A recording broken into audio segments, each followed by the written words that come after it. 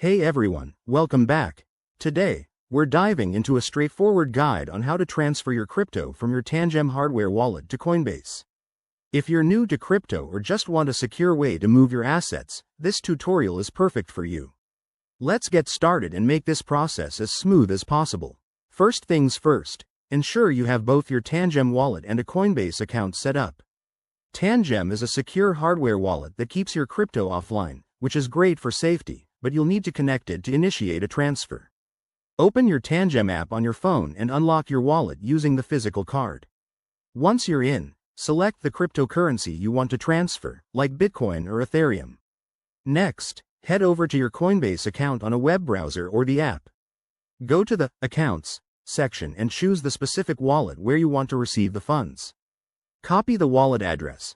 Double-check it to avoid any mistakes, as sending crypto to the wrong address can mean losing it forever. Now, back in the Tangem app, paste that Coinbase address into the Send To field.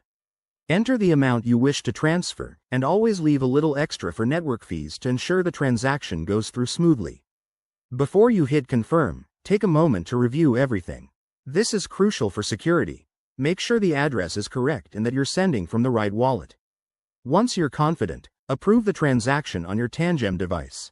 You'll get a confirmation on your phone, and the transfer will be broadcast to the blockchain. Depending on the network congestion, it might take a few minutes to an hour for the funds to appear in your Coinbase account. Keep an eye on the transaction status using a blockchain explorer like Etherscan for Ethereum-based coins. And there you have it. That's how you safely transfer crypto from Tangem to Coinbase. Remember, always prioritize security in the crypto world. If you found this helpful, give it a thumbs up and subscribe for more tips. Thanks for watching, and I'll see you in the next video.